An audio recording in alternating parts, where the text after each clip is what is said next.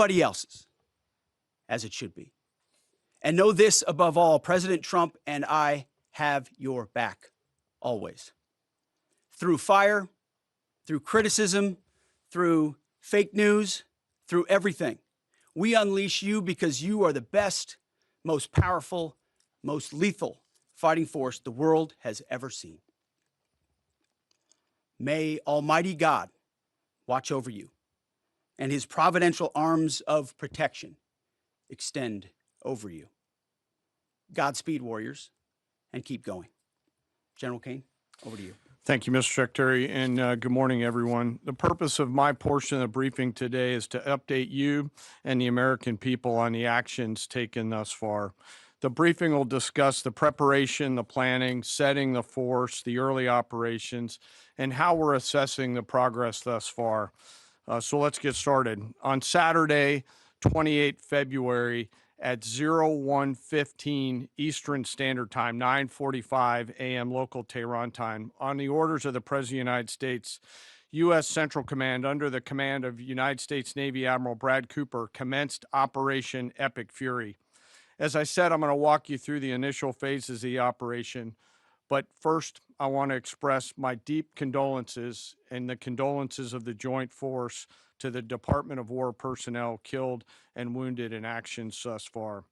As the Secretary said, they're heroes and represent the best of our nation has to offer. They're true examples of what selfless service means. Our deepest and heartfelt condolences are with their families, their friends, and their units. We grieve with you and we will never forget you. Additionally, I stand here before you today grateful for each service member, planner, logistician, operator across our joint force, for our Department of War civilians, our intelligence community teammates, our interagency teammates who continue to stand in harm's way alongside us.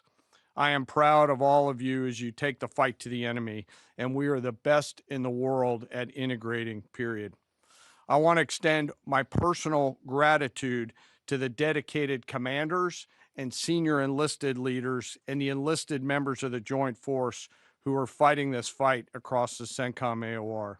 In addition to Admiral Cooper and Fleet Master Chief Compton, I want to highlight a few today.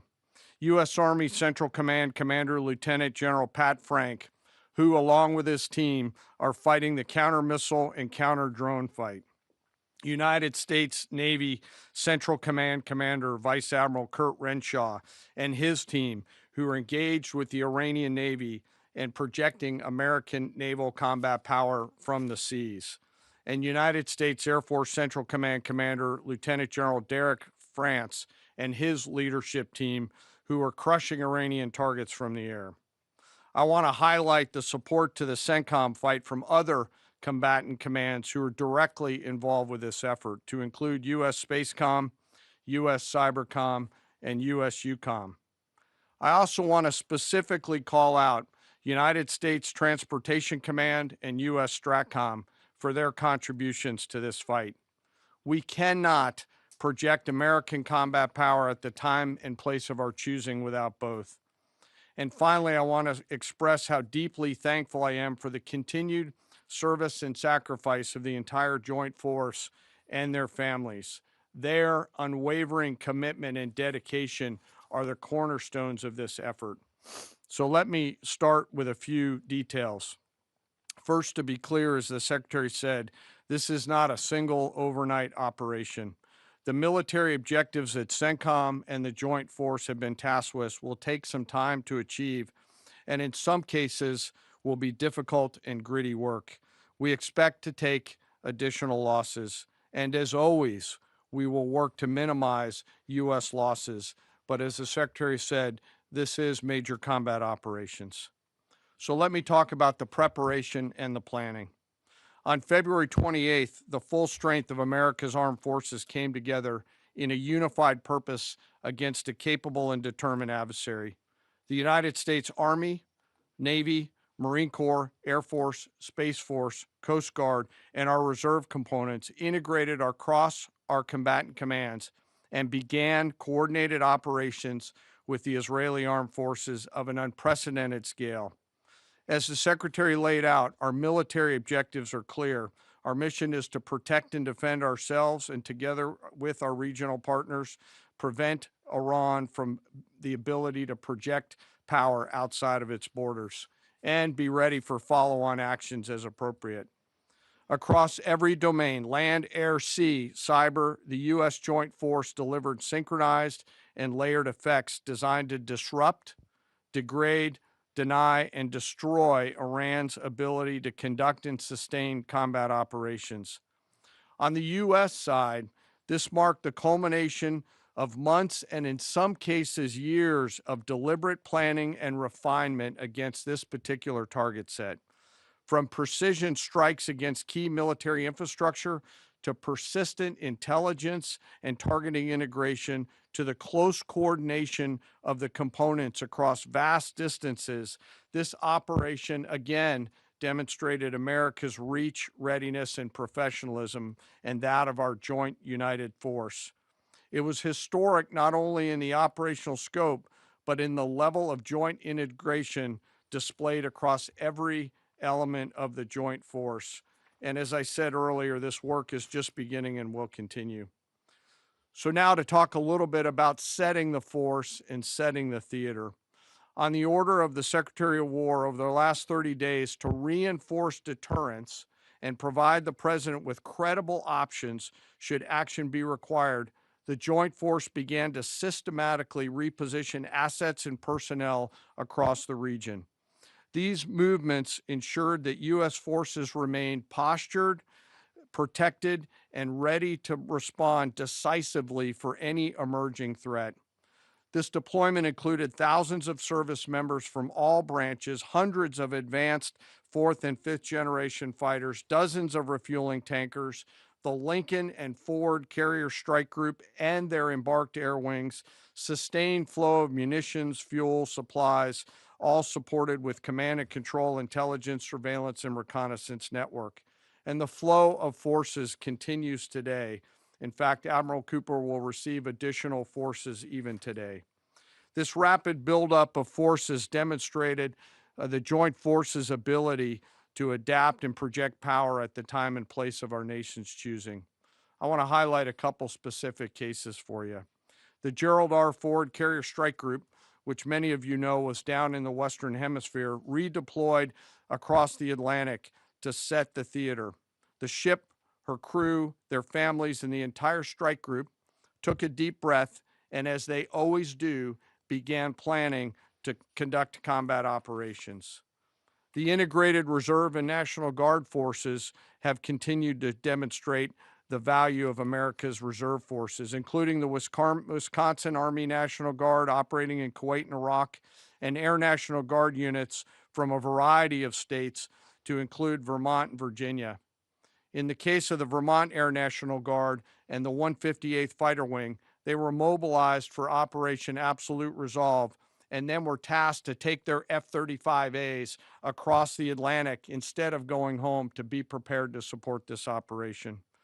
The same is with our Air National Guard and Air Force Reserve Command tanker and mobility forces, who stepped right out of their civilian jobs to deploy and to protect the region.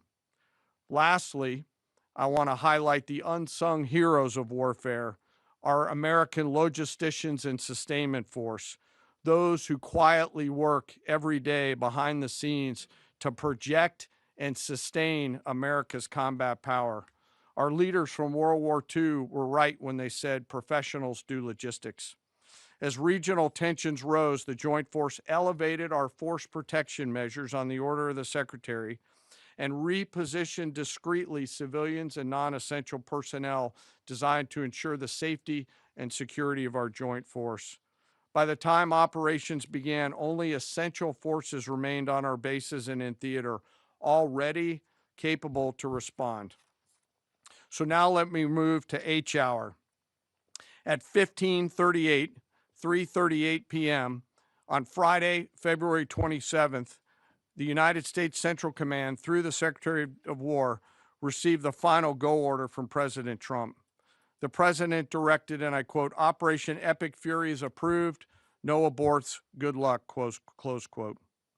In the region, every element of the Joint Force made their final preparations. Air defense batteries readied themselves, checking their systems to respond to Iranian attacks. Pilots and crews rehearsed their strike packages for the final time.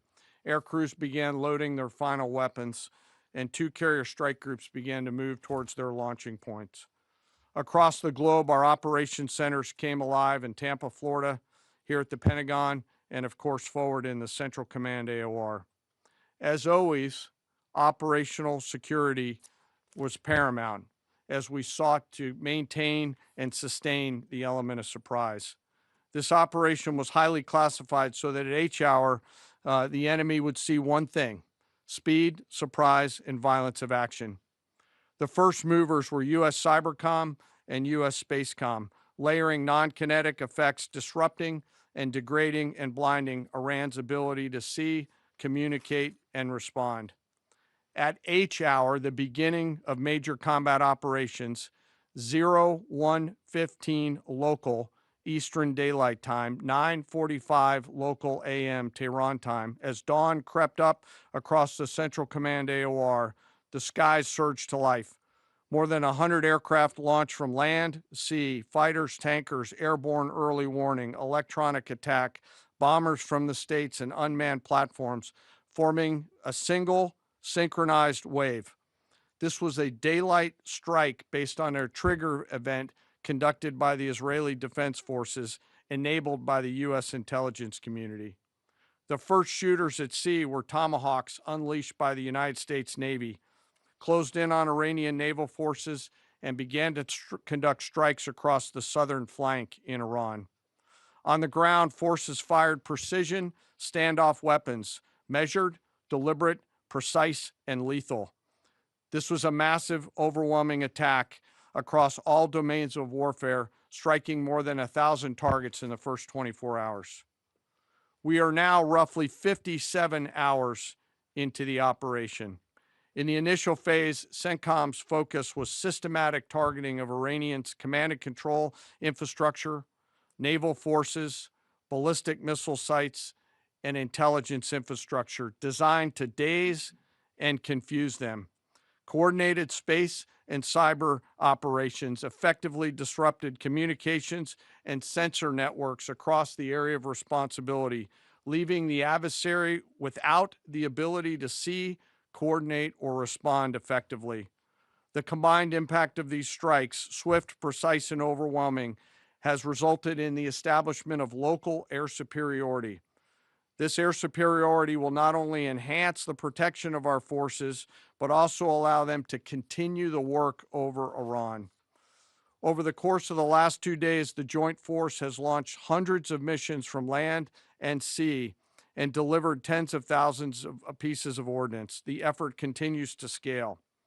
This included American B-2 bombers, which again, similar to Midnight Hammer, flew a 37-hour round-trip sortie from the continental United States, dropping precision, penetrating munitions on Iranian underground facilities across the southern flank and slightly deeper. Additionally, Israel has separately executed hundreds of sorties against hundreds of targets. Beyond Air Force and Navy aircraft strike packages, coordinated salvos of precision standoff weapons from across the region have neutralized hundreds of pre-planned targets. As I mentioned earlier, in support of these kinetic operations, U.S. Cybercom and Spacecom have continuously layered effects to disrupt, disorient, and confuse the enemy. I will note that this operation had several combat firsts, which I'll allow at some point in the future Admiral Cooper to talk about since he owns the AOR. While we've prosecuted a relentless offensive campaign, our defense has been equally important. Across the theater, operations have remained steady and disciplined. Once again, our integrated air and missile defense network is performing exactly as it's intended. U.S. Patriot and THAAD batteries, along with ballistic missile defense-capable Navy destroyers, continue to coordinate and execute intercepts with precision and consistency. I wish that every American could hear the voice communications like I have as these joint operations centers remain calm, focused, and cool while executing under fire over and over again. Collectively, these systems have intercepted hundreds of ballistic missiles targeting U.S. forces, our partners, and regional stability. The threat from one-way attack UAVs has remained persistent. Our systems have proven effective in countering these platforms, engaging targets rapidly. Each intercept represents hundreds of hours of training, readiness, and technology all coming together to work as designed. We will remain vigilant in the counter UAV fight. And the defense of the region is not ours alone. As the threat grew, our partners surged in beside us. Air defense batteries in Qatar, the UAE, Kuwait, Jordan, and Saudi Arabia joined the fight, proof positive that years of training, trust, and hard-earned integration pay off. I am aware of the loss of 3 U.S. Air Force F-15Es overnight in the region. I am grateful for the safety of the crews, and we know that this was not from hostile enemy fire. As this matter's under investigation, I'll not comment further on this. Let me close. Operations will remain active across the theater and across the globe. The U.S. forces are postured not only to maintain pressure, but to respond and adapt as required. Operation Epic Fury stands as a reminder of what the United States military uniquely delivers: the ability to project power on a global scale with speed, surprise, precision, and overwhelming force when and where our nation requires it. What we've demonstrated over the past several days reflects years of investment in readiness, joint integration, and professionalism of the joint force. As major combat operations continue across CENTCOM, we remain engaged globally. America's joint force retains the credibility, capacity, and flexibility to respond to any contingency anywhere in the world at any time. To those who would test our resolve or threaten the United States, our allies, or our interests, understand clearly we can reach you, we can sustain the fight, and we can scale the fight, and we will prevail. To the American people, your joint force remains steady, frosty, calm, and focused. Your service members are trained, disciplined, and determined. We understand the risks of this mission and the weight of the responsibility that we carry. We also recognize that our families also shoulder the burden at home. You are a part of this too. I am proud today, as I am every day, to stand as a member of America's joint force. There is no mission too complex, no distance too great, and no adversary too determined for the men and women who wear our nation's uniform. We mourn our fallen, we honor their families, and we continue our mission with focus, unity, and strength. And now I'm happy to take any questions. Thank you, Mr. Chairman. Right here. Go ahead. Thank you for your time. What percentage of